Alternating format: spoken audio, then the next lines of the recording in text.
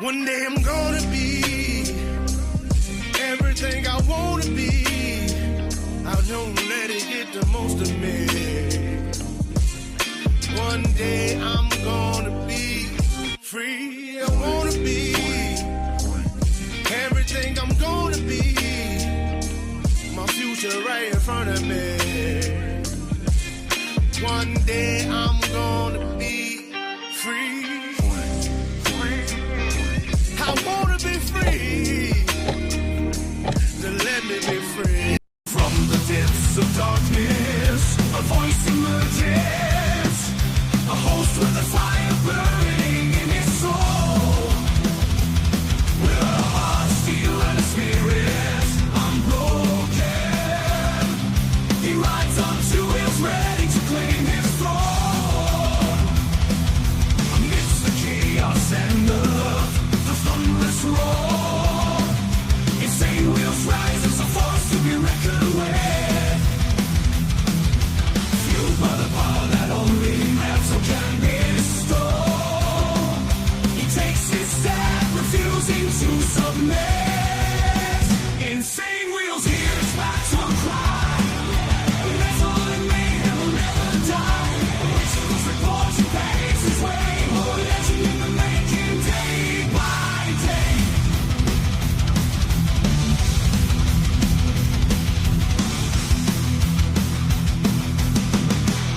Well, what do we have here? It is a thirsty Thursday. Let's go. Thirsty Thursday. I said it. Fuck it. So, ladies and gentlemen, we got a wild news cycle. As always, it seems like it's just getting crazier and crazier every single day, it seems like. We've actually got 13 stories lined up for you guys this morning, and so we're going to breeze through a lot of these because we have so much going on within the last 24 hours. It's kind of unreal. So the way that I labeled this, just so everybody knows, is Minneapolis ICE shooting as well as Iran halts executions.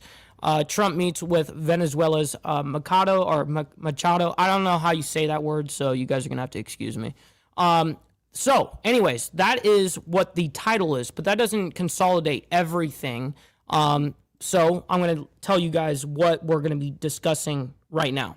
So, two Gainesville officers shot an ambush-style attack. Now, I believe this is in Florida, Gainesville.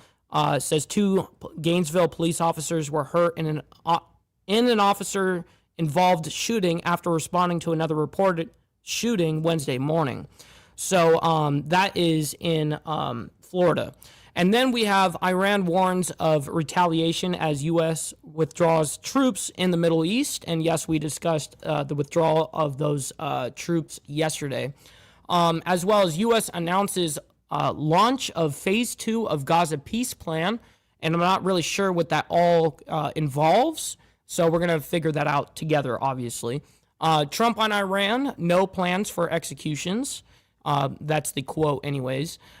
Trump signs bill allowing schools to serve milk. I'm not really sure why that's a huge headline, but it is. For some reason, it's a big headline, so we're going to talk about it. I'm not really sure why I didn't know schools were not allowed to serve milk. I remember getting milk as a child in school, but I don't know, man. And then we have analysis. Killing of Iran protesters, quote, has stopped, Trump says. I hope that is the truth. We got Walz, that is going to be Tim Walz, Tampon Tim, whatever you want to call him. Walz addresses Minnesota amid ICE crackdown, and that is his latest one from 13 hours ago. And then we have Iranian protests. Trump administration considers military intervention, as well as we have another breaking, on the story of another ICE-involved shooting in Minneapolis happened yesterday, 13 hours ago. So this was a breaking story up there in Minneapolis yesterday. Then we have videos of actual video, dramatic videos of ICE operations in Minnesota. We actually have that, as well as Trump-Iran executions halted after warnings. And then something very, very interesting. Right before we hit go live, we had an update. U.S. seizes new oil tanker in Caribbean. Oh, shit. We got another fucking tanker, dude. And it's coming out from U.S. Southern Command. So, and then we have our last story, which would be European troops arrive in Greenland amid U.S. talks. So we have a lot to discuss this morning, obviously, as you guys can see. Quickly, we're just going to get into the calls to actions, and then we've got to get right into this shit. Like I said, we got like 13 stories we're doing this morning. So make sure you guys come in and hit that like button. It helps out the show immensely. If you're on the vertical side, make sure you guys double tap the screen because it's free. And you know what else is free? Is hitting that subscribe button. This is what we do Monday through Friday, man. Make sure you guys hit that subscribe button. But let's get the money part over. Please consider becoming a member starting only at $3.99 a month. We're making sure we're not breaking the bank out there with anybody. But check it out. This is what allows us to keep these lights on as well as be on these airwaves. So thank you, members, for becoming members and staying members. Little side note here, follow my Instagram at BallValveTV, where I post everything behind the scenes of not only my life, but as well as the show, Millennial Food Time, breaking news, the campaign trail, all of the above, man. Make sure you guys direct message me over there. We also have a Discord server for all of you legends. Make sure that you guys go into the video description down below of any live video that we're doing, and it'll have the invite link for the server and all that stuff. And last but not least, all super chats, super stickers, gifted membership signups are, of course, all going to be presented live and shouted out onto the show. But if you guys would like to skip that YouTube 30% brutal cut that they take from your hard-earned cash, well, then we have these platforms right here that you guys can donate to. And, of course, I'll read out anything that comes my way because that's a great way to allow me to have 100% of the proceeds. So I'll read it out loud as they come in. So I've got my email up, and I'll be scanning just in case. All right, there we go. We're ready to rock and roll.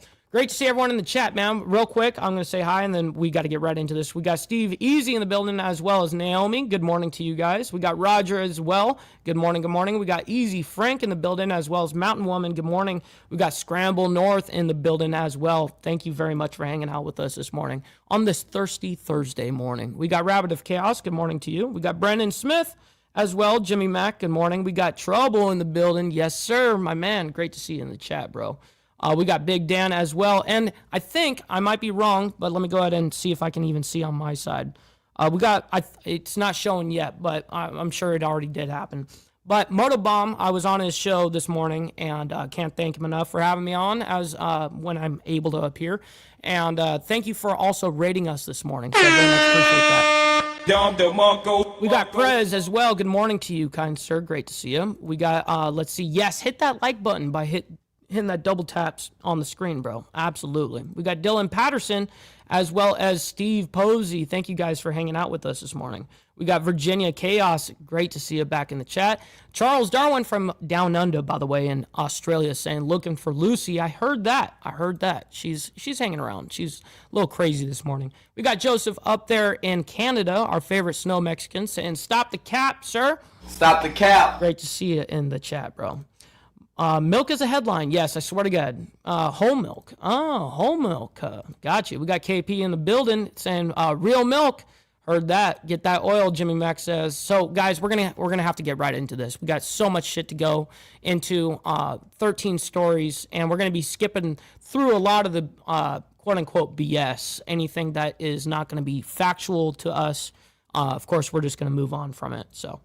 We are following breaking news out of Gainesville, Florida, after a suspect was shot and killed. 2 officers were injured during an incident. Let's listen in to the very latest. What's up, AU? Shadow, good morning. It was a chaotic scene. Dylan? In the middle of morning rush hour traffic, which brings into to light Orland. some great concerns that we had upon arriving here, because we had our motoring public, our businesses that are trying to make a living, all having to deal with this as it's unfolding, again, in a very violent manner. Immediately thereafter, once we were able to secure our 2 police officers that were wounded in the exchange and get them treated and taken to the hospital, we of course began a search of the area. Information that we had received took us to a nearby business, a lumber yard, where the initial suspect was seen entering. We sadly discovered a subject inside of the business that was also deceased. What's up, Chasing Ghost? Good morning. Suffered a Carrie, gunshot good morning. as well. So we now believe confidently that it is the same suspect that entered business after having parked not far from here at 1300 East University Avenue behind the KFC, walked over to the lumberyard, engaged the victim therein, walked back to his car, and as he attempted to flee, was met by our officers, and the rest is as I told you. So, any questions on Chief, that? I have a question right now, and what can you tell us about the recovery? Well, I will tell you. What's up with the cameraman? That anytime that our staff, our police officers are injured, is always. What's up, Jason? But in this case, the officers, when I arrived on scene, very shortly thereafter, I could see that they were both wounded. One in the lower extremity, one in the upper extremity. Both were ambulatory, transported to Shands Hospital, where they are receiving treatment, and they are expected to recover fully. I've since met with them and their family. Wow. So the suspect is killed, 2 officers were shot, and both officers are looking like they're going to survive, which is great. We got Black Legionnaire, by the way. Good morning to you. Great to see you in the chat. We got Tiffany Lance as well. Good morning to you. Great to see you in the chat as well. Thank you guys for hanging out with us on this thirsty Thursday morning. To express my gratitude. Shit, that would be a crazy Joseph. And their actions today, which resulted not only in essence, neutralizing somebody who's out to commit murder, but also ensuring that the rest of our public was safe. And I do want to thank our public. I understand this was very, very chaotic, and what's up, brother Lee Lance, my man? Good morning. People going to school and work, and we've interrupted all of it. So I apologize for that, but I'm also grateful that people have showed the patience as we deal with this extremely large and complex scene. There are many people that have come to our aid today. I agree, Andrew. I certainly want to thank the Florida Department of Law Enforcement. This is now a dual investigation. We have a homicide scene that will be run by the Gainesville Police Department, and we have an officer-involved shooting that will be managed by the Florida Department of Law Enforcement. Our local partners at the Alachua County Sheriff's Office were also immediately on scene, rendering whatever help they can do for us. They've been extremely... Well, make sure you drive safe there, Papa Penguin. We always appreciate you. Extremely helpful in handling other calls for service because our community keeps on going. We have our federal partners. I've spoken to the FBI. ATF is on scene. So many that have come to our aid because they realize that in this community, as we continue to battle all that is gun-related violence, when it happens so boldly and it involves our people, it's a different level, right? And so I'm just so proud of our officers today, of our employees. There are so many behind the scenes that are supporting what... Okay, so now he's just not going to be saying much more from that. So we're going to move on. We understand that 2 officers got shot. The suspect did get shot from the police officers and died. And the 2 officers are planned to recover. All right, so we're moving on. Iran warns of retaliation as U.S. withdraws troops in the Middle East. Now, we talked about the withdrawal of these troops yesterday from the Middle East. We reported on that briefly. And here we go. Let's see what we can get from this. Though we've been really keeping our eyes on this story. We know that the U.S. troops are withdrawing some troops from the Middle East bases. And this was first brought to us by Reuters this morning as the United States began withdrawing some of those personnel from key bases in the region as a precaution given to heighten regional tensions. That's according to a U.S. official who spoke with Reuters under the condition of anonymity. But this disclosure follows remarks by a senior Iranian official who told Reuters earlier on Wednesday that Tehran had warned neighbors hosting U.S. troops that it would hit American bases if Washington decided to strike. I'm going to put this up on your screen as well. And this is the site that we've seen. Some U.S. military personnel were told to leave those Middle Eastern bases, according to Fox News. And as the story is continuing to develop, we've also seen this put out there by the New... What's up, Miss Lotus? Great to see you in the chat. Good morning to you. New York Post. Iran has since issued an assassination threat against President Trump, saying this time it will not miss the target. And so as we're discussing all of this as it's heating up there in that region, I want to now bring into the conversation with the Council on Foreign Relations, Maria Fentapi. Maria, thanks so much for being with us here on Live Now from Fox. Thank you for having me, Christine. So much to discuss here as the situation is still developing. But let's focus on the very basics. There may be folks who are not so familiar with the United States and their relations with Iran. Right now, what is happening that's causing this more recent sense of tension that we've seen there in the region between the two countries? Well, there is a long history, obviously, of problems between the United States and Iran, but I want to bring everyone actually to the last stretch of it, which is basically the last 6 months. We have had already 6 months ago a U.S. military attack on Iranian nuclear site, followed by the failure actually of concluding a negotiation on a nuclear agreement. The Iranian government, the Iranian regime afterwards, after the 12 days war, actually failed in some way to bring back a good proposal for negotiation that was at least...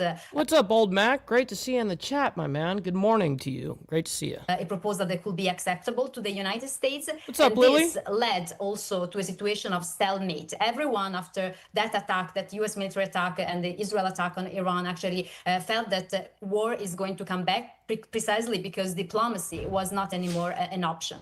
That being said, now we are at the point where the country, in Iran, there are like the most important maybe mobilization protest against the Iranian regime which we have ever seen, and a strong contestation against the Islamic Republic. So this is a time where potentially the United States is considering actually to undertake a kinetic military action to remove the Islamic Republic regime from Iran. Obviously, this comes and is connected with the news that you have given, which is the fact that the U.S. have announced that it will withdraw some of its troops from the military bases that are actually neighboring Iran. And correct, which did happen, by the way.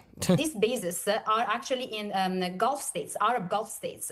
And so this is a very worrying sign because we knew also from past history, from the history of last year, that when the U.S. give this warning to its personnel to withdraw from this military bases, it's maybe the sign of a potential imminent kinetic action happening on the Islamic Republic. And there's so much to unfold. As again, you just mentioned, this is the newest piece there that the U.S. is withdrawing some of that personnel. And so, Maria, I have to ask you, we did get this report just a little while ago, about 20 or so minutes ago from the Associated Press, saying that the U.S. envoy, Steve Witkoff, did meet with the exiled former Crown Prince of Iran. The White House official... By the way, we've got over 500 people in here. We've got 516 people. Make sure you guys hit that like button as well as double tap the screen if you're on the vertical side. You guys don't have to like the craziness that's happening around the world or here in the nation, whatever. But listen, you guys can like it for me and what we do here. So thank you guys. Officials did confirm that today, speaking under the condition of anonymity about that private meeting. But that official didn't provide any additional details. I have to ask you, when it comes to some of those conversations that are happening behind the scenes with the exiled former Crown Prince and U.S. officials, what sort of agreement are they trying to get, an understanding are they trying to work through at this time?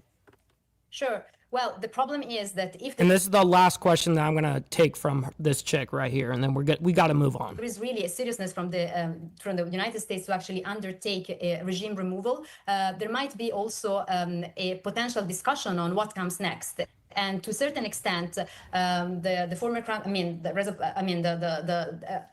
a certain extent, there has been several opposition figures which have shown to be potentially proposing themselves as replacement. But here comes... What's up, sick bastard? We just reported on the Gainesville. That was the very first story, was the Gainesville police officer shooting that happened. The point that actually what the U.S. might want in Iran is not actually a long-term engagement, not engage at least into a reshaping of a new political scene. It might just want to have just another counterpart to actually have a good deal with whom a person, a counterpart or an entity with whom it will negotiate actually the end of Iranian enrichment and the end of the actually Iran being a threat or a perceived threat for Israel. So to this extent, these negotiations or these talks between Steve Witkoff and opposition figures can be understood in this framework. Okay, so we're going to go ahead and leave it from there, and we're going to move on. We got way too much shit to get through. U.S. announces launch of Phase 2 of Gaza peace plan. Let's go ahead and bring this up and discuss it. And quickly, before we get into it, we definitely need to get the money part over. So let's just go ahead and get the money part over. You know, just get the money part done. Give me money. Money me. Money now. Me a money needing a lot now. That's ideal. Denied. Here we go. We do have some breaking news out of Gaza, and I did want to share this live look of the Israel-Gaza border as the United States has announced that it is moving forward to the next phase of the Gaza ceasefire plan. That involves disarming Hamas, rebuilding, and daily governance.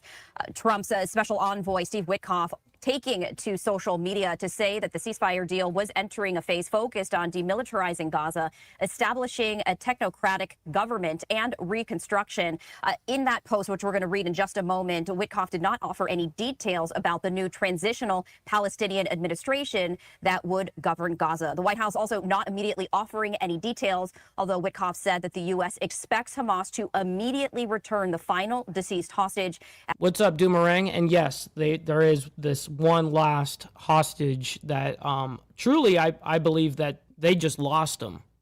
That's what I believe. Obligations under the deal. And I did want to share that social media post that U.S. Special Envoy Steve Witkoff just shared to social media saying, quote, "Today, on behalf of President Trump, we are announcing the launch of Phase 2 of the president's 20-point plan to end the Gaza conflict." Hold on, before they go into this big read real quick, I got Alfred Patterson coming in for the $2 on the Cash App saying, for left-handed tobacco. Yes, sir.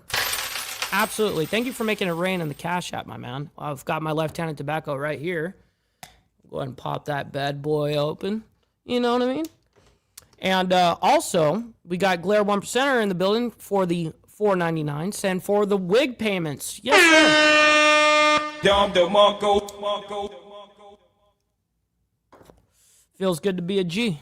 All right, let's get back into this. Moving from ceasefire to demilitarization, technocratic governance, and reconstruction. Thank you for that, Claire. Phase 2 establishes a transitional technocratic Palestinian administration in Gaza, the National Committee for the Administration of Gaza, and begins the full demilitarization and reconstruction of Gaza, primarily the disarmament of all unauthorized personnel.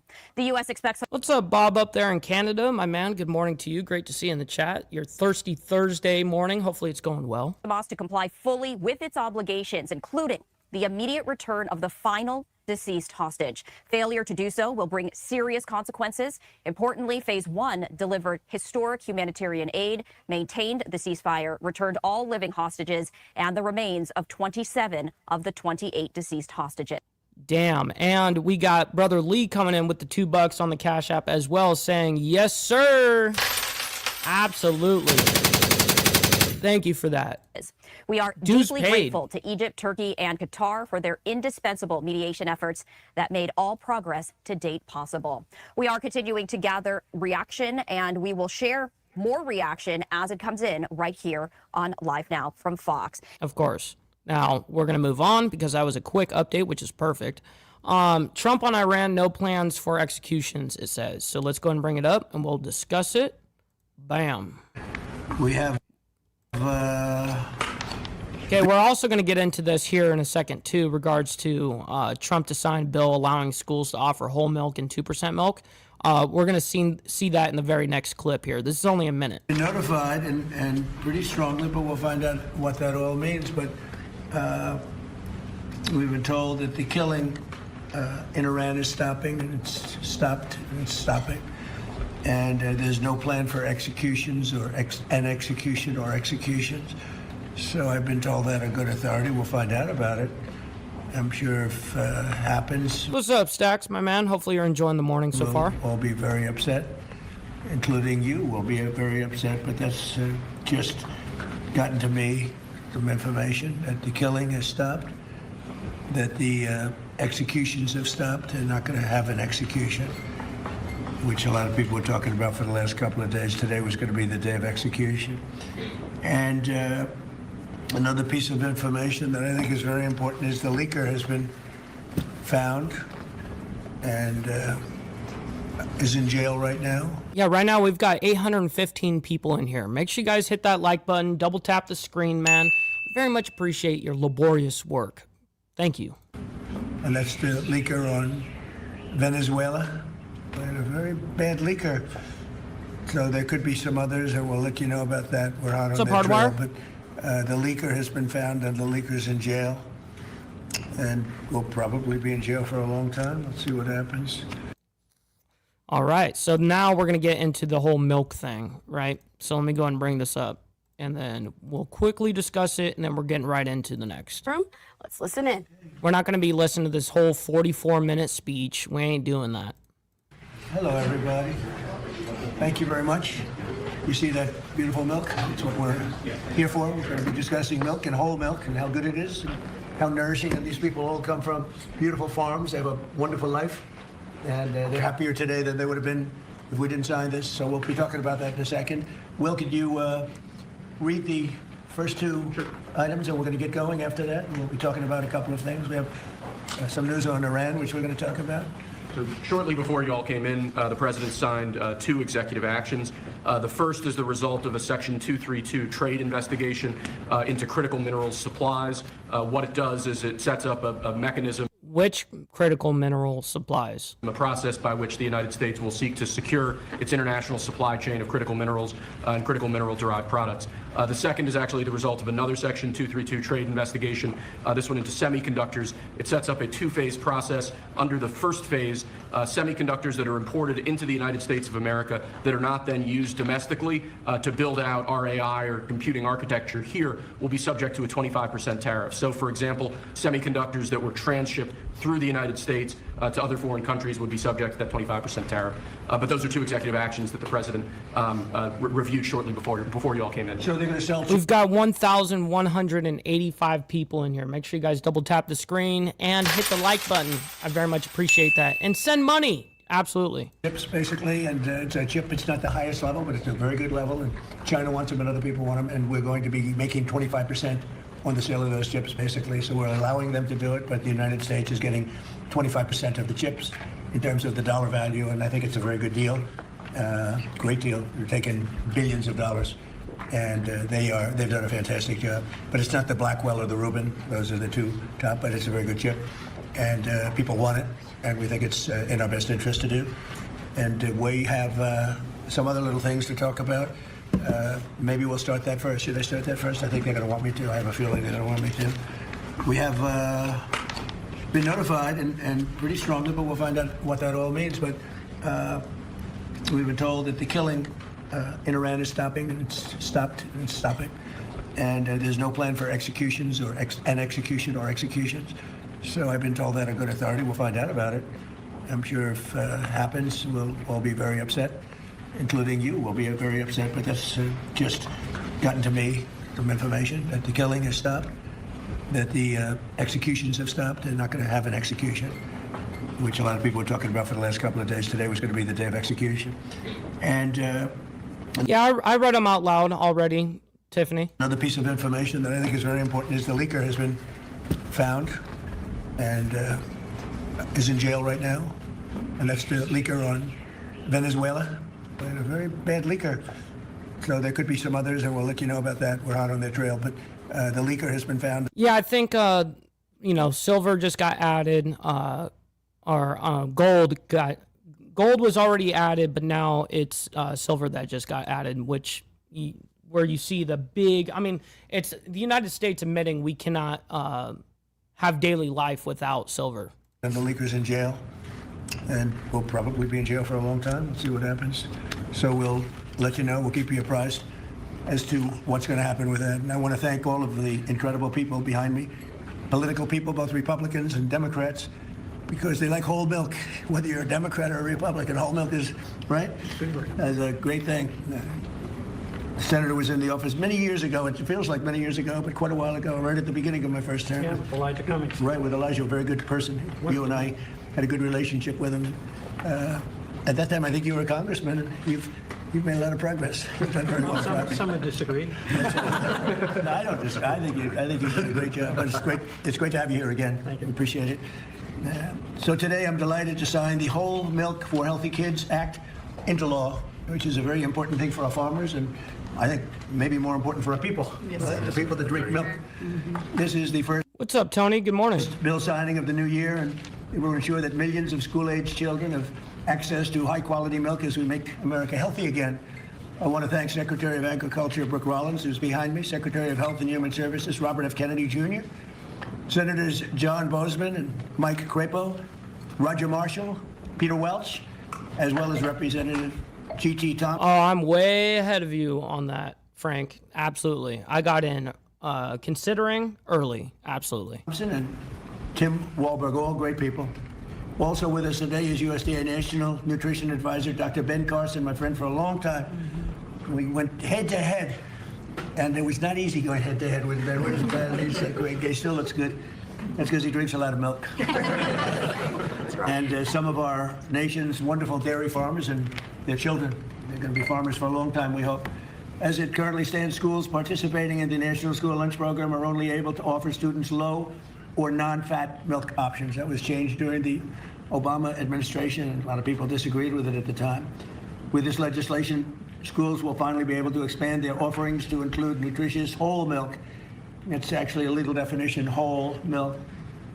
And it's whole with a W, for those of you that have a problem. Most of the media will get that. This is the perfect follow-up to the new real food pyramid, and Secretary Kennedy... Trust me, Steve, there's been a lot of things in my life that I'm like, ooh, I could sell that and then invest all of that into silver right now. You know what I mean? Like, that's definitely my mindset for sure. Secretary Rollins announced that last week. You probably heard. This legislation also allows parents to directly request a substitute for milk for children with dairy intolerance. Previously, parents were required to submit a written statement from a doctor, but we're eliminating that rather ridiculous policy, allowing parents to choose what is best for their child, which is a big move. Hard to believe that that would be a big thing, but it is. And of course, these changes will be major victories for the American dairy farmers, who we love and who voted for me in great numbers, I will say. I think I got every one of them. In December, I also signed the Secure Rural Schools Reauthorization Act. And I'm proud to say that these two pieces of legislation will give school-age children across the country the resources and support that they need, not just to succeed, but really to thrive in life and later on in life. So I want to ask Secretary Rollins to say a few things. And then no, we don't need to do that. Now we've got enough of the information. We're going to move on, though. All right. So let's go ahead and get into. There's an analysis. Killing of Iran protesters, quote, has stopped, Trump says. Let's go ahead and bring this up. We'll quickly discuss it. But quickly, we need you guys to obey. You know, that's the first thing that you guys need to figure out here. You need to obey. Maybe you need to donate some freaking money. Donate. Maybe you need to donate some freaking money. Maybe you need to donate some freaking money. Donate. Maybe you need to donate some freaking money. Donate some freaking. True, though. True. All right, back to this. We are back here for you on Live Now from Fox. I'm your host, Mike Pace. Always great to be with you as we continue to roll on. A live look right now at the White House on this Wednesday evening. And President Trump did make news about an hour and a half ago when he was asked about the situation in Iran. Now, about 24 hours ago, it seemed like he was getting closer for maybe the U.S. to strike Iran. But now it seems a little bit more uncertain, and it looks like maybe that will not be the route of the U.S. I want to show you President Trump being asked about that today. Here's the quick soundbite. Been notified and pretty strongly, but we'll find out what that all means. But we've been told that the killing in Iran is stopping, and it's stopped and it's stopping. And there's no plan for executions or executions. So I've been told that on good authority. We'll find out about it. I'm sure if it happens, we'll all be very upset, including you. We'll be very upset, but that's just gotten to me, some information that the killing has stopped, that the executions have stopped. They're not going to have an execution, which a lot of people were talking about for the last couple of days. Today was going to be the day of execution. All right, so that was the moment just about 90 minutes ago from the Oval Office at the White House. I want to continue to talk about this, what this could mean, and really the next 24 to 48 hours to look at. So let's bring in our next guest to help break it all down. This is Blaise Mistal, Vice President for Policy at GINSA. Thanks so much. I really don't care about your analysis, honestly. That's who I'm supposed to be. I'm the analyst. We're going to move on. Okay, so, I mean, there wasn't super much there, so we're just going to move on. Okay, so we got Tim Walz, Tampon Tim, whatever you want to call him, white people tacos Tim, whatever. Walz addresses Minnesota amid ICE crackdown. Then this is his latest, like him giving a speech addressing this whole ordeal, and this is his latest as of 14 hours ago. Armed, masked, undertrained ICE agents are going door to door, ordering people to point out where their neighbors of color live. They're pulling over people indiscriminately. What's up, Abe Dinkus? Great to see you in the chat, my man. Hopefully you're enjoying your Thirsty Thursday so far. Including U.S. citizens, and demanding to see their papers. And at grocery stores, at bus stops, even at our schools. They're breaking windows, dragging pregnant women down the street, just plain grabbing Minnesotans and shoving them into unmarked vans, kidnapping innocent people with no warning and no due process. Let's be very, very clear. This long ago stopped being a matter of immigration enforcement. Instead, it's a campaign of organized brutality against the people of Minnesota by our own federal government. Last week, that campaign claimed the life of Renee Nicole Good. We've all watched the video. We've all seen what happened. And yet, instead of conducting an impartial investigation so we can hold accountable the officer responsible for Renee's death, the Trump administration is devoting the full power of the federal government to finding an excuse to attack the victim and her family. Just yesterday, 6 federal prosecutors, including the longtime career prosecutor leading the charge to investigate and eliminate fraud in our state's programs, quit their jobs rather than go along with this assault on the United States Constitution. But as bad as it's been, Donald Trump intends for it to get worse. This week, he went online to promise that, quote, the day of retribution and reckoning is coming. That's a direct threat against the people of this state who dared to vote against him 3 times and who continue to stand up for freedom with courage and empathy and profound grace. All across Minnesota, people are stepping up to help their neighbors who are being unjustly and unlawfully targeted. They're distributing care packages and walking kids to school and raising their voices in peaceful protest, even though doing so has made many of our fellow Minnesotans targets for violent retribution. Folks, I know it's scary, and I know it's absurd that we all have to be defending law and order, justice, and humanity while also caring for our families and trying to do our jobs. So tonight, let me say once again to Donald Trump and Kristi Noem, end this occupation. You've done enough. Let me say 4 critical things to the people of Minnesota. 4 things I want you to hear as you watch the news and look out for your neighbors. First, Donald Trump wants this chaos. He wants confusion. And yes, he wants more violence on our streets. Stop the cap. We cannot give him what he wants. We must protest loudly, urgently, but also peacefully. Indeed, as hard as we will fight in the courts and at the ballot box, we cannot and will not let violence prevail. You're angry, I'm angry. Angry is not a strong enough word, but we must remain peaceful. Second, you are not powerless, you are not helpless, and you are certainly not alone. All across Minnesota, people are learning about opportunities, not just to resist, but to help people who are in danger. Thousands upon thousands of our fellow Minnesotans are going to be relying on mutual aid in the days and weeks to come, and they need our support. Tonight, I want to share another way you can help. Witness. Help us establish a record of exactly what's happening in our communities. You have an absolute right to peacefully film ICE agents as they conduct these activities. So carry your phone with you at all times. Yeah, absolutely. You can film all you want. Just don't obstruct federal investigations. It's bad for your health. And if you see these ICE agents in your neighborhood, take out that phone and hit record. Help us create a database of the atrocities against Minnesotans, not just to establish a record for posterity, but to bank evidence for future prosecution. The third thing I want to say to you tonight is we will not have to live like this forever. Accountability is coming at the voting booth and in court. We will reclaim our communities from Donald Trump. We will reestablish a sense of safety for our neighbors, and we will bring an end to this moment of chaos, confusion, and trauma. We will find a way to move forward, and we'll do it together, and we'll not be alone. Every day, we are working with business leaders, faith leaders, legal experts, and elected officials from across this country. They've all seen what Donald Trump is trying to do to our state, and they know their states could be next. And that brings me to the fourth thing I want to say tonight, Minnesota. How incredibly proud I am of the way that you've risen to meet this unbearable moment. But I'm not at all surprised, because this is who we are. Minnesotans believe in the rule of law, and Minnesotans believe in the dignity of all people.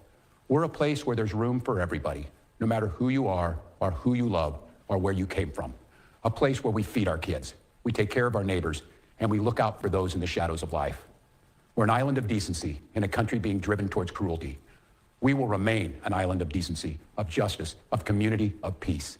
And tonight I come before you simply to ask, don't let anyone take that away from us. Thank you, protect each other, and may God bless the people of Minnesota.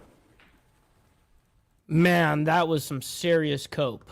Stop the cap. All right, we're going to move on. Iranian protests. Trump administration considers military intervention. Now, this is as of 14 hours ago, and we have one more update on Iran leading us up into current time right now. So first we're going to get into this, and then we'll hop on over into that. All right, let's discuss the... Actually, we're going to be hopping on after this. We're going to be talking about another ICE-involved shooting in Minneapolis happened yesterday, 13 hours ago yesterday afternoon, sometime around then. Latest on Iran, so much to discuss as protests continue in the country, and as we here in the United States continue to watch and see how the U.S. reacts to this situation, if they react at all. We do have standing by retired Marine Intelligence Officer, National Security Analyst, and the host of the Strat podcast, Hal Kemper, to discuss. Hal, what's the latest that you've been tracking as far as the U.S.'s military movements in the Middle East and abroad? Well, a couple things, Austin. One thing is we've been evacuating military personnel out of Al-Udeid Air Base in Qatar. That's the base that was hit last June in retaliation for our... What's up, Brother 13? Great to see you in the chat, my man. Good morning. ...bombing of the three nuclear sites in Iran. It wasn't a big hit, but of course in this one the concern is if we do strikes, because of the dynamics of having to take out their retaliatory capability and they're suppressing their air defenses, we could see a major strike on U.S. Installations, bases, and personnel throughout the region.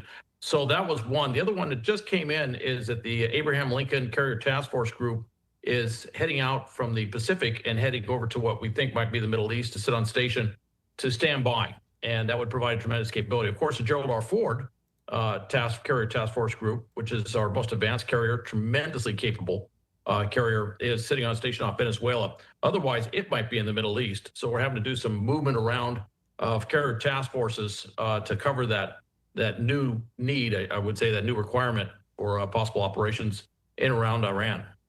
A live look at the White House, the time in the nation's capital, 8:19. Hal, I have to ask you about this because we've been tracking closely. Now, this question will determine if we're just moving on or if I'm going to hear it out. How the crowds are being controlled in Iran. We've been it's a good question. Watching videos of the protests themselves taking place. We've got some daytime footage of some of these protests, I believe. Yeah, there we have it. Yeah, we're going to listen to this question or this answer. Protests have been happening now for over a week. Security forces have appeared to shift from crowd control and into more of a broader internal security crackdown, a larger crackdown, if you will, Hal. A lot of people are wondering whether this is a short burst of unrest or if this is a longer-term challenge to the state's ability to govern. What signs are going to indicate to you whether the regime is stabilizing or whether it's losing control as time goes on? Well, what I'm really looking at is to see what the regular military forces end up doing and the regular police forces. The Revolutionary Guard Corps, the Islamic IRGC, Islamic Revolutionary Guard Corps, which is tied so closely to Ayatollah Khomeini, to that extreme theocratic, autocratic government or regime that's in power, they are ideological zealots. They are the ones that have been on the streets gunning down, basically mowing down protesters. That's where you're getting reports of, in excess of 2,000. I think we had reports that came out yesterday from multiple sources saying it could be as high as 12,000 or more. Yeah, there was multiple reports that they were saying 12 to 20,000. Protesters have been gunned down, killed. It's inferred that thousands have been rounded up. We know after June that the Iranian regime rounded up at least 20,000 people and accused them of all sorts of things like spying for Israel and everything else. But it does appear, at least this afternoon, that they may be moving away from some of those lethal attacks on protesters, at least according to President Trump. He said they're going to stop the killing of protesters. They're not going to go ahead with some planned public executions, public hangings. So we may be seeing a shift, but I'm watching that regular military. If they turn around, not the highest leadership levels, they tend to be rather ideological purists, but maybe at the lower levels, they may turn around and say enough is enough with the regime. Their job is to defend Iran. Their job. What Blair just said right there is 1,000% facts, by the way. Just needed to point that out. Okay, we're going to move on, though. All right, we're going to talk about right now, there was another ICE-involved shooting in Minneapolis. So we're going to go ahead and bring this up. This happened yesterday evening sometime or something like that. We'll see. We are getting some news from the city of Minneapolis and from Fox's Bill Malugin. Let's start with the city. They say, we are aware of reports of a shooting involving federal law enforcement in North Minneapolis. We're working to confirm additional details. There have been reports of another ICE-involved shooting. Fox's Bill Malugin with a little more context. I'm told by 4 law enforcement sources there's been another ICE-involved shooting in Minneapolis tonight. I'm told ICE was making contact with a target who then allegedly assaulted an officer with a shovel or swung a shovel. Swung a shovel? And the suspect ran back to a house. No info yet on if anyone was actually shot, just that shots were fired. Very preliminary information. More as we get it. He continues, I'm now told that a suspect, believed to be Venezuelan, was indeed shot, but is okay, stable, and is now in custody. So the guy got shot. Guy's from Venezuela. He got shot. He's okay, stable, and now in custody. Holy shit. This guy apparently swung a shovel at this ICE officer. What the fuck are you doing swinging shovels at federal officers? That's bad for your health, too. These live images are from the scene of where this took place, and it does, in fact, appear that there's protesters. And real quick, we've got over 643 people in here. Make sure you guys double tap the screen as well as hit the like button. I very much appreciate that. We got OG Yogi on the Facebook side of things saying, OG Yogi for mayor in Vegas. Are you actually running, motherfucker? That'd be great. That'd be awesome. Great to see you in the chat, bro. I've got 4 different vantage points of this area, by the way. You know what? Let's pull up the audio on this one. Looks like things are getting a little more active on this camera.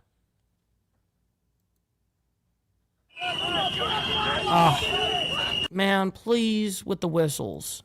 They're really annoying, bro. Bring down the volume.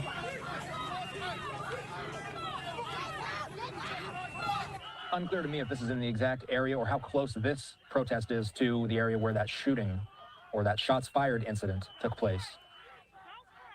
Clearly, this group of protesters advancing forward, screaming F ICE. And as we hear of another shooting taking place in the Twin Cities, this is certainly going to serve potentially. Well, then go watch someone else. Stupid fuck. I don't understand. Go watch the mainstream media or something, loser. Another firework going off. Governor Tim Walz, earlier this evening, about an hour and a half ago, making an address to Minnesotans. He said he had 4 messages for Minnesotans amid these tense times. The governor saying President Trump wants this chaos and confusion on the streets.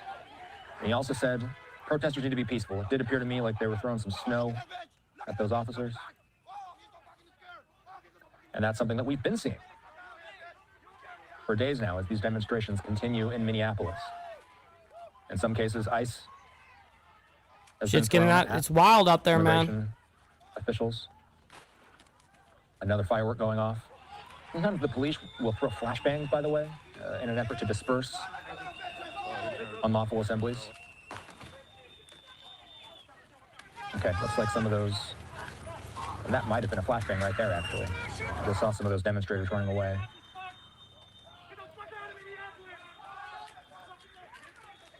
And so seeing right now a lot of what we've been seeing in recent days, these protesters telling ICE to get out of their city. Mayor Jacob Fry has told them to get out of their city. Governor Walz today telling, oh yeah, and it's curious to me, I'm curious if... You okay? Yeah, I love this. Yeah, at this point, if this keeps up at this pace, yeah, I could see it coming. Real quick, holy shit, we got a major donation on Cash App, man. I'm glad that I paused real quick so I can catch that. Jeffrey coming in, and I'm not going to dox your last name, man, but Jeffrey, I really appreciate that. It sends in $20 saying, appreciate what you do, my man. Man, thank you so much for that. Shit goes a long way, bro, so I very much appreciate that. Yeah, so it sounds like, I'll turn the audio down. It sounds like the television crew that's filming this might have been exposed to the elements there. Unsure what exactly that smoke is made of. But certainly a crowd dispersal tactic we just saw on live television. Seems like things are cooling down for a moment on this camera. Let's move back to our other vantage point. This is the scene where that other officer-involved shooting took place earlier this evening. Okay, so that is the scene right here. This is the scene where the this exact ICE-involved shooting right here in Minneapolis. This was the off of North 24th Avenue. Bill Malugin has So far, Malusian says that he's told by 4 law enforcement sources that there's been another ICE-involved shooting in Minneapolis tonight. He's told that ICE was making contact with a target who then allegedly assaulted an officer with a shovel or swung a shovel. Shots were fired, and then the suspect ran back to a house. Okay, what's up, Extra Surprise? Running away. I'm not exactly sure what they're running from. The from. camera's actually fucking running. Let me go ahead and back that up a little bit. Who then allegedly assaulted an officer with a shovel or swung a shovel. Shots were fired, and then the suspect ran back to a house. Okay, it looks like this camera's running away. I'm not exactly sure what they're running from or what they're running toward, if anything. Putting the camera down, possibly. There is no audio coming through. Kel, it is getting wild, bro. On this camera, just to be clear. Okay, now we got them. Oh, shit. Oh, shit. They're all running. Towels under the doors! Tear gas. Sounds like tear gas. Right here on this corner. So yeah, that's going to make everybody run away as quickly as possible. A number of our crews have been exposed to the tear gas in recent days. Emily!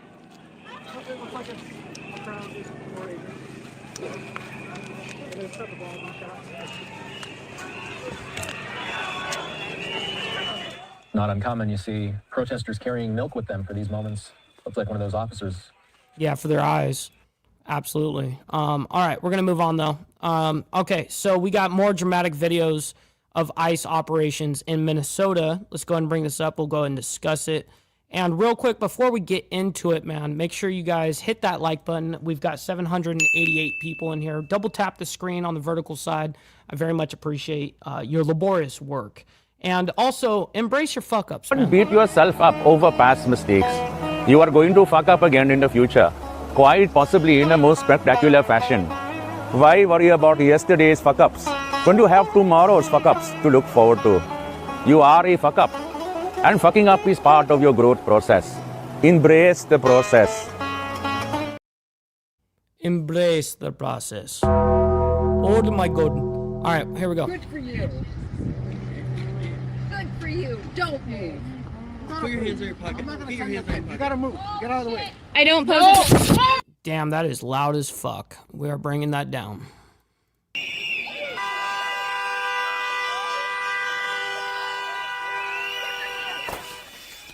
Shit.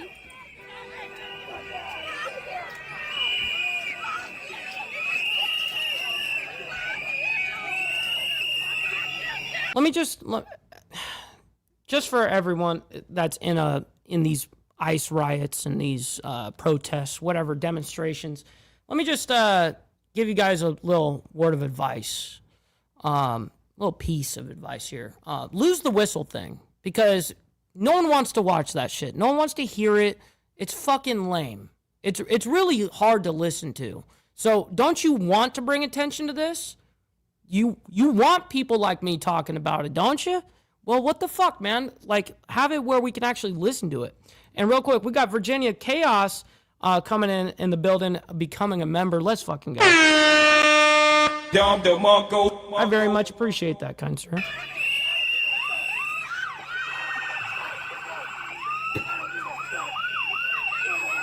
How about you shut the fuck up?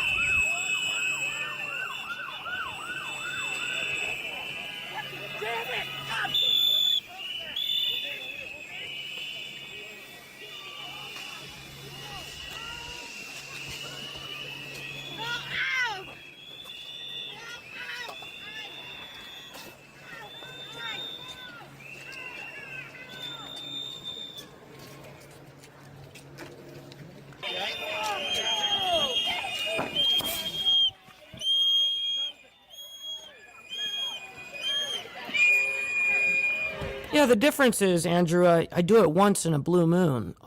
These guys are just non-stop doing it. It'd be one thing if you did it once in a while, but Jesus. Listen to it. Fucking checking that shit while you're running. Fuck you guys. Fuck you, motherfuckers. Get the fuck out of here. Fuck you. None of this looks peaceful, by the way.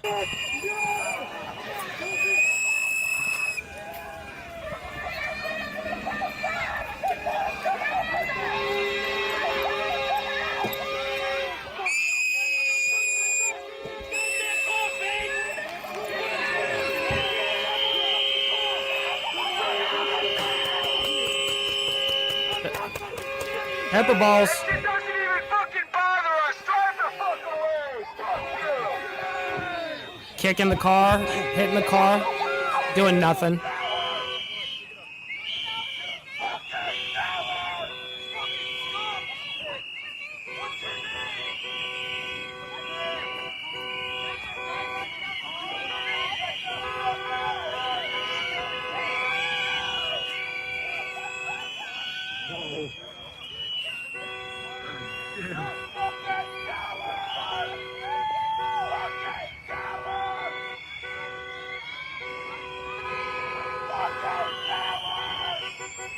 Holy shit, Rooney. The phones are on full effect. God damn.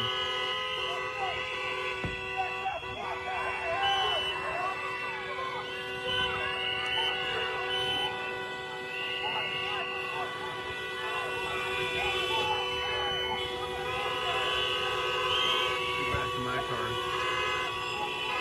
Holy shit, Rooney.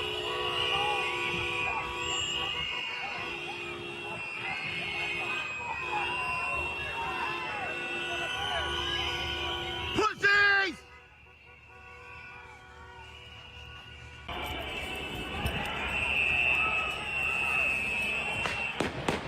Man, it's just non-stop.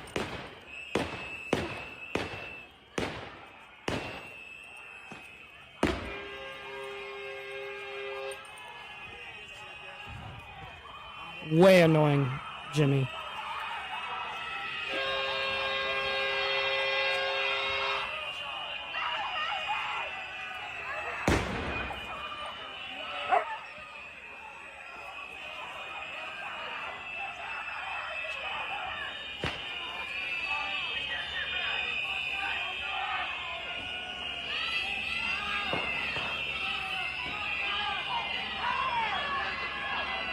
Well, as you guys can see, it's just fucking chaos. It's just chaos. All right, we're going to go. We got still 3 more freaking stories to get through. One we're going to zip through, and then we've got U.S. seizes another oil tanker in the Caribbean, as well as European troops arrive in Greenland amid U.S. talks. All of these came out right before I hit go live this morning. So, but first, we're going to get into Iran executions halted after warnings. Of course, now we already do know that, but this is the last update we have on Iran. So let's go ahead and just bring it up and see what they've got. Right now, I quickly. do want to get you right back into the headlines that we are following at this hour as the death toll continues to rise following protests across Iran. President Trump saying he has been told the killings are going to stop. Activists say more than 2,600 people have died during the demonstrations, with that number believed to be an underestimate. President Trump posting on Truth Social this morning, quote, Fox News, Iranian protester will no longer be sentenced to death after President Trump's warnings, likewise others. This is good news. Hopefully it will continue. Here's what President Trump had to say from the Oval Office about it on Wednesday. We have been notified and pretty strongly, but we'll find out what that all means. But we've been told that the killing in Iran is stopping, and it's stopped. And it's stopping. Which we already heard this part. So is there not going to be any other update? Okay, there is a little bit. On the screen. Says Iran state TV airs threats against Trump. This time the bullet won't miss. Reporting that it read, quote, this time the bullet won't miss. Iranian state media has also announced several arrests targeting quote-unquote terrorists, they say, and apparently looking for Starlink satellite internet dishes, which have been the only way to get images and videos out of Iran since the regime cut internet and phone access. A lot to discuss, as always, so I do want to bring in front of the show here. We have Mark Chandler, Director of Government Relations at Coastal Carolina University and former Senior Defense Intelligence official. Thank you so much for taking the time to be here with us today. You're welcome, Josh, and good morning. We don't need an analysis from this guy. We're gonna move.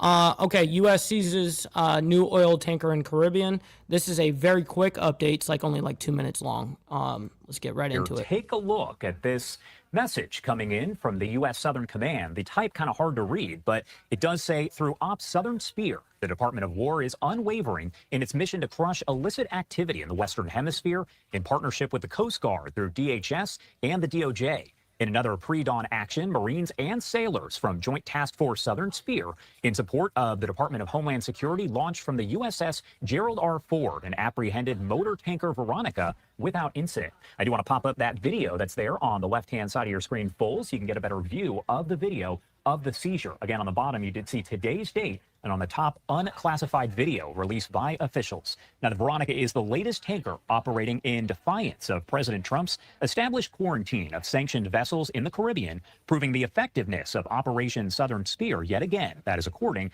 to U.S. Southern Command. These operations are backed, they say, by the full power of the U.S. Navy's Amphibious Ready Group, including the ready and lethal platforms of USS Iwo Jima, USS San Antonio, and USS Fort Lauderdale. They add the only oil leaving Venezuela will be oil that is coordinated properly and lawfully. The Department of War, in coordination with interagency partners, will defend our homeland by ending illicit activity and restoring security in the Western Hemisphere. Again, this is video here, unclassified, released by the department there as they kind of break down everything that we know so far. Now, as we mentioned, U.S. forces in the Caribbean Sea seizing another sanctioned oil tanker. The Trump administration does say once again that it has ties to Venezuela, coming as part of that broader U.S. effort to take control of the South American country's oil. Homeland Security Secretary Kristi Noem posting this on social media, essentially the same as what we saw coming in from U.S. Southern Command with the video once again. Now, the Veronica is the 6th tanker that has been seized by U.S. forces as part of the effort by Trump's administration here to control the production, refining, and global distribution of Venezuela's oil products. Now, this is, again, number 6 that we know of, but we are getting these different videos that are released by officials with the Trump administration as each of these seizures do happen. They do say, essentially, that we should expect more of those in the coming days and weeks here. We'll bring you all of those as breaking updates on Live Now from Fox. All right, so we're going to do our last update here. European troops arrive in Greenland amid U.S. talks. So let's go ahead and bring that up and discuss it real quick for our last segment here. And I do want to get right back into it here at this hour as troops from several European countries, that includes France, Germany, the UK, Norway, and Sweden, arriving in Greenland in a show of support for Denmark as talks between representatives of Denmark, Greenland, and the U.S. on Wednesday highlighted, quote, fundamental disagreement, end quote, between the Trump administration and European allies on Greenland's future. Denmark announced that it would increase its military presence in Greenland, and several European partners started sending symbolic numbers of troops there on Wednesday.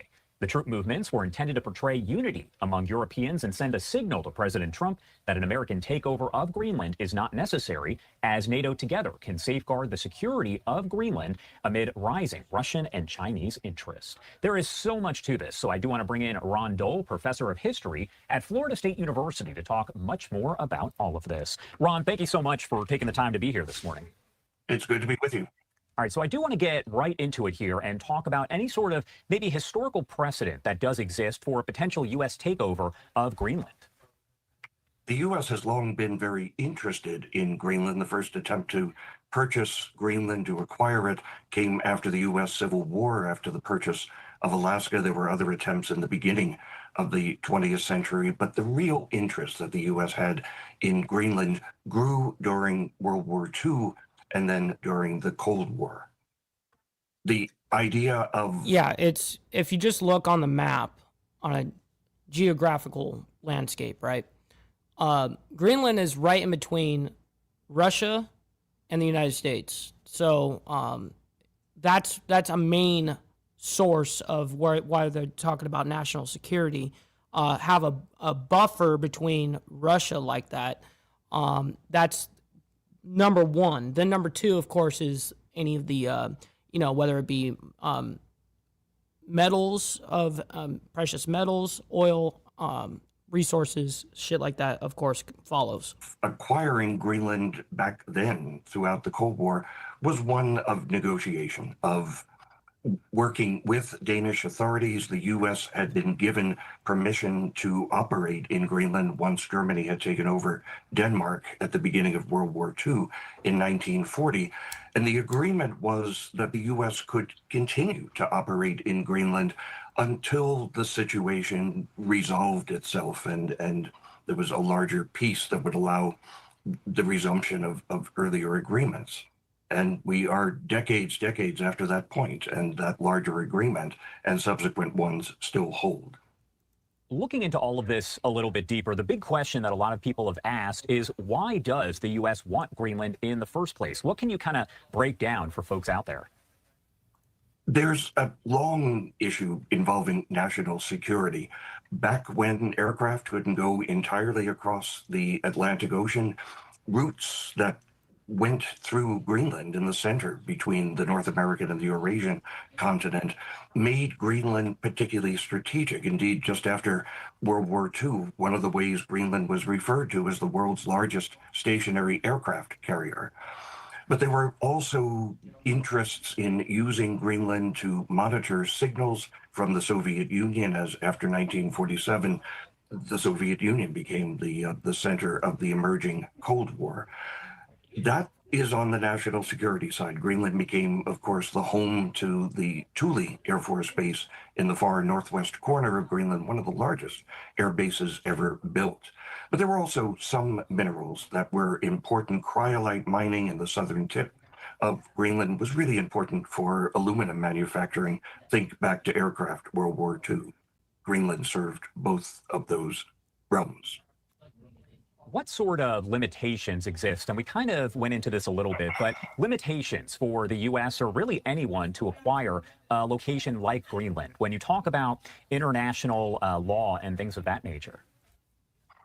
The long enduring system that was created after World War II, the Western security system, if you will, had as a framework the sovereignty of nations, the independence, the ability of people to make choices within their own nations. And the threat of force has long been seen as a violation of that Western alliance. Think of the war that emerged between Russia and Ukraine. That was an attempt to take a territory from another sovereign nation. What do we need to be watching for next as all of this does progress, move forward? Of course, we know that President Trump met with officials just yesterday. There's a lot of discussion. Now we have these European troops from several different countries that are there in Greenland to show their... I wonder what the total amount is, because I haven't heard the total amount yet. And it doesn't show in the description either. Their support, so to speak. So what do we need to be watching for?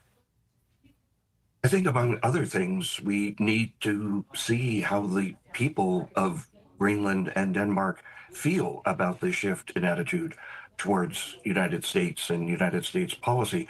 I think back to when the United States was operating in the early decades of the Cold War in Greenland, first building the Thule Air Force Base and then building Camp Century, a nuclear-powered city under the ice more than 100 miles further east in the ice cap, in part as a way of demonstrating cooperation between Denmark and the United States. Denmark, of course, along with the United States, one of the founding members of NATO. There was a lot of trust that existed at that point. Danish people had adopted a policy of no nukes in their state and the larger territory. The leaders recognized the United States did intend and brought in nuclear weapons to store and for flights that originated from Thule, but allowed that, found ways of maintaining cooperation with the United States. That trust has been eroded at present. Ron, thank you so much for taking the time to join us here and helping to break. Definitely brutal. All right, so ladies and gentlemen, that concludes what we that's leading up to real time now. So, all right, ladies and gentlemen, stick around for the raid. We're going to be raiding our buddy JS Urban Adventures. Make sure you guys stick around for that, as well as hit the like button on the way out. Very much appreciate all of your guys' engagement, whether that's in the comments, whether that's live chat. Hitting that like button, all that kind of stuff. It goes a long way. Donations. So I'm very appreciative of all of you guys. We're going to be back tomorrow morning for more of the world's madness. Until then, God bless everyone. We'll see you guys very soon, and stay safe out there. Much love. From the depths of darkness, a voice emerges, a host with a fire burning.